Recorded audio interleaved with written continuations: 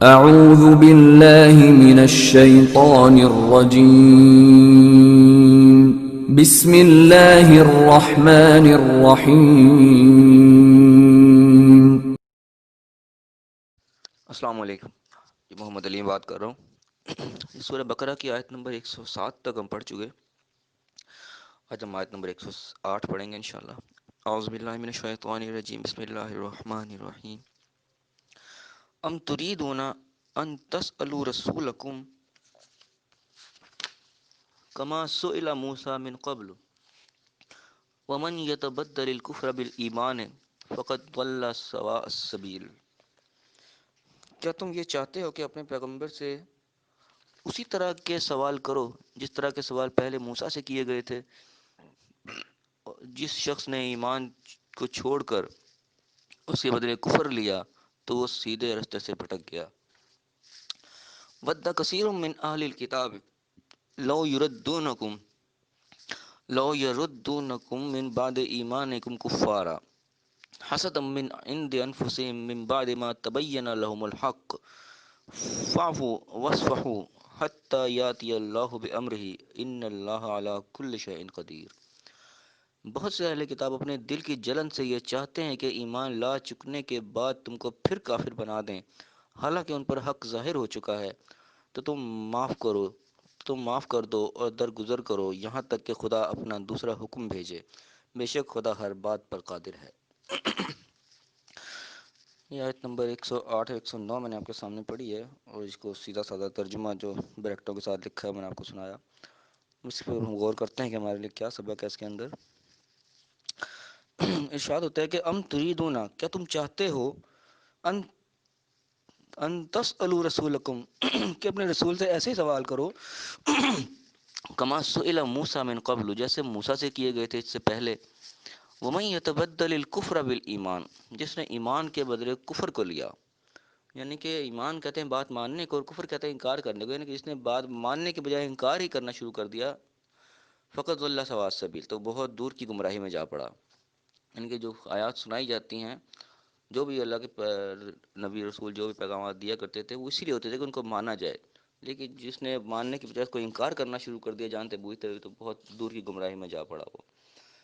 آگے ارشاد ہے کہ ود کثیر من اہل الکتاب، اہل کتاب میں سے بہت سے لوگ یہی چاہتے ہیں، لو یردونکم من بعد ایمانکم کفارا، کہ کاش تمہارے ایمان کے بعد تم کو دوبارہ کافر بنا دیں، یعنی کہ تم بات تو ماننا شروع ہو گئے ہو، وہ تمہیں دوبارہ اس بات پہ لانا چاہیے کہ تم پھر انکار کرنا شروع کر دو، سوالات کرو، جو مرضی کرو، ان کے بعد ماننے سے ہٹ جاؤ، دوبارہ کافر بن جاؤ، یعنی کہ دوبارہ انکار کرنے لگ جاؤ۔ حسد من عند انفسہم من بعد ما تبین لهم الحق، یہ ان کے دلوں کا حسد ہے، حالانکہ وہ جان چکے ہیں کہ وہ بالکل حق ہے، وہ حق ہے، وہ واضح نظر آ جاتا ہے ہمیشہ، تو یعنی کہ ان کا بھی تذکرہ ہو رہا ہے کہ وہ جان چکے ہیں یہ حق ہے، لیکن ان کے بعد ان کے دل میں حسد ہے اس چیز کی کہ یہ کیا چیز آ گئی ہے، کیوں اس کو اس طریقے سے مان رہے ہیں، حسد ہے ان کے دل میں کہ یہ دوبارہ کافر ہو جائے، انکار کرنا شروع کرتے ہیں۔ یہ کافر اہل کتاب میں سے اکثریت کی جو حالت بتائی جا رہی ہے۔ پھر کیا حکم ہے کہ فاعفو، چھوڑ دو ان کو، معاف کر دو، درگزر کرو، وصفحو، اور درگزر کرو، فاعفو وصفحو، معاف کر دو، درگزر کرو، حتی یاتی اللہ بامرہ، یہاں تک کہ اللہ تعالیٰ اپنا دوسرا حکم نازل کر دے، اللہ تعالیٰ اپنا حکم لے آئے۔ ان اللہ علی کل شیء قدیر، بے شک اللہ تعالیٰ ہر چیز پر قادر ہے۔ اب یہاں سوچنے کے مقامات ہیں کچھ ہمارے لیے، کہ کہا جا رہا ہے کہ ہم تریدون ان تسألوا رسولکم، کیا تم یہی چاہتے ہو کہ اپنے رسول سے ایسے سوالات کرو جیسے موسیٰ سے کیے گئے تھے؟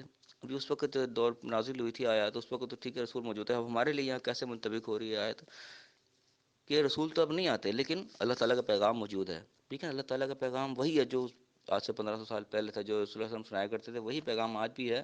تو رسولوں کا سلسلہ تو بند ہو گیا، لیکن رسول کے جانے کے بعد جو ان کی امتی ہوتے ہیں، جو ماننے والے ہوتے ہیں، ذمہ داری ان پر آ جاتی ہے، ہمیشہ سے یہ چیز رہی ہے، جب پیغمبر چلے جاتے ہیں تو پیغمبر کے ماننے والے اس کام کو کرتے ہیں۔ تو رسول اللہ بھی جا چکے، تو ان کا جو ہے پیغام سنانے کی ذمہ داری امتیوں پہ آ چکی ہے۔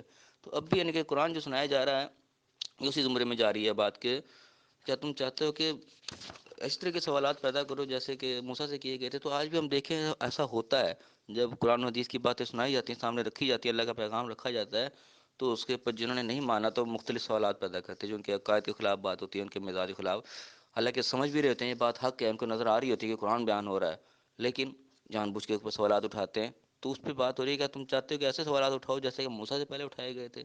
ومن یتبدل الکفر بالایمان، جس نے ماننے کے بجائے انکار کی طرف چلا گیا. آج بھی ایسی ہوتا ہے، جب بات ماننے لائق ہوتی ہے، ان کو نظر آ رہی تھی کہ بات ٹھیک ہے، ماننی چاہیے، ہمارے اندر یہ غلطیاں ہمیں دور کرنی چاہیے، لیکن اس سے پھر بھی انکار کر رہے ہوتے ہیں، اس میں منہ شگافیاں نکال رہے ہوتے ہیں، سوال پہ سوال اٹھا رہے ہوتے ہیں. یہ آج بھی ہوتا ہے.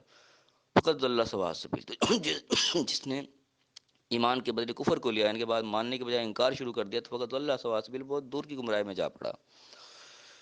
آگے آگے ود کثیر من اہل الکتاب، اہل کتاب میں اکثریت یہ چاہتے ہیں لو یردوکم من بعد ایمانکم کفارا، کہ تمہارے ماننے کے بعد تم کو پھر کافر بنا دیں. یعنی کہ اب بھی ایسی ہوتا ہے. یاد رکھیں، اہل کتاب سے مراد عام طور پہ یہودی عیسائی سب لیے جاتے ہیں، لیکن ہمارے پاس بھی کتاب ہے، سب سے بڑی الکتاب تو ہمارے پاس، تو ہم بھی اس لحاظ سے ہم بھی اہل کتاب میں شمار ہیں، ہمارے پاس بھی کتاب ہے. ٹھیک ہے نا. قرآن پاک میں یہود و نصارہ کا تذکرہ ویسے بھی آتا ہے، یہود و نصارہ کو ویسے بھی پکارا گیا ہے، لیکن کئی جگہ پہ اہل کتاب کہہ کے پکارا گیا ہے، تو اس اہل کتاب کے اندر ہم بھی شامل ہو جاتے ہیں.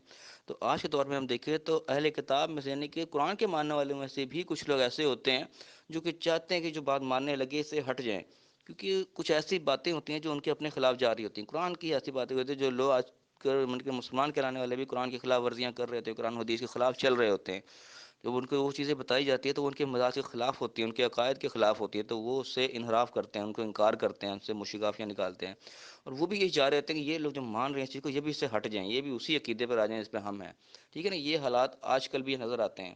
تو اہل کتاب کے اندر یاد رکھیں، ہم مسلمان بھی اس میں اندر شامل ہو جاتے ہیں، کیونکہ ہمارے پاس بھی الکتاب ہے. قرآن کو الکتاب کہا گیا، تو ہم بھی اس لحاظ سے ہم بھی اہل کتاب میں شامل ہوتے ہیں. تو یہ آج بھی اس قسم کی چیزیں ہمیں نظر آتی ہیں کہ جو شخص جو عقائد پہ ٹکا ہوا ہوتا ہے وہ کہتا ہے کہ یہ بھی ہٹ جائے اس سے، وہ کہ آپ صحیح بات بتاؤ، تو اس کی خواہش یہ ہوتی ہے کہ یہ بھی میرے جیسے ہی بن جائے. تو اس کے بعد آیا تھا کہ حسد من عند انفسہم من بعد ما تبین لهم الحق، دل کا حسد ہوتا ہے ان کا، حالانکہ وہ جان چکے ہوتے ہیں کہ سب حق واضح ہو چکا ہوتا ہے. تو آج بھی اسی طرح یہ ہے، یعنی کہ جو شخص بچپن سے کسی عقیدے پہ لگا ہوتا ہے تو وہ اسے ہٹنا نہیں چاہتا، اس کے دل میں ایک حسد پیدا ہو جاتا ہے کہ میں تو بچپن سے چلا آ رہا ہوں، میرے تو باپ دادا یہی کرتے چلے آ رہے ہیں، میں ہٹوں کیسے. تو یہ حسد کے طور پہ باتیں اب بھی پیدا ہوتی ہیں، ہمارے اندر بھی یہ چیزیں پیدا ہوتی ہیں. ہم غور کریں تو ہمیں یہ چیزیں نظر آئیں گی اپنے آس پاس. پھر ہمارے لیے کرنے کا کیا کام ہے کہ فاعفو واصفحوا، درگزر کرو، فی الحال ان سے وقت پاؤ، گزارو وقت کو اچھے طریقے سے.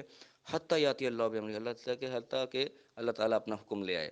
اب وہ حکم کیسے آئے گا؟ کوئی قرآن تو اب نازل نہیں ہونا، لیکن اللہ تعالیٰ ایسے حالات پیدا کر دیتا ہے خود بخود کہ جو شخص برائی کے راستے پہ چل رہا ہوتا ہے وہ خود بخود اپنی برائی میں گرنا شروع ہو جاتا ہے. اکثر دیکھنے میں آیا کہ جو شخص بھی ظالم ہوتا ہے، وقتی طور پہ وہ ظالم اس وقت ہوتا ہے اپنی جوانی میں ہوتا ہے جب وہ کر رہا ہوتا ہے، لیکن جیسے آہستہ آہستہ وہ ڈھلنا شروع ہو جاتا ہے، آہستہ آہستہ جو ہے نا اس کا ظلم جو ہے وہ ٹوٹنا شروع ہو جاتا ہے، وہ خود بخود جو ہے کمزوری کی طرف چلا جاتا ہے، اور اپنے گناہوں کی سزائیں جو ہیں اس کو دنیا میں نظر آنا شروع ہو جاتی ہیں کہ لو شخص کتنا ظالم تھا، اب دیکھو اس کا کیسا انجام ہو گیا ہے. تو یہ شخص نا، یعنی کہ اس قسم کے مشاہدات ہمیں آس پاس دیکھنے میں آتے ہیں اگر ہم غور کریں ان چیزوں پر. تو وہ کیا ہوتا ہے کہ سمجھو کہ اللہ کا حکم آ جاتا ہے کہ اب بس بہت ہو گیا تیرا ظلم، اب ہو گیا، جس پہ تو نے کرنی تھی خرابیاں تو کر چکا.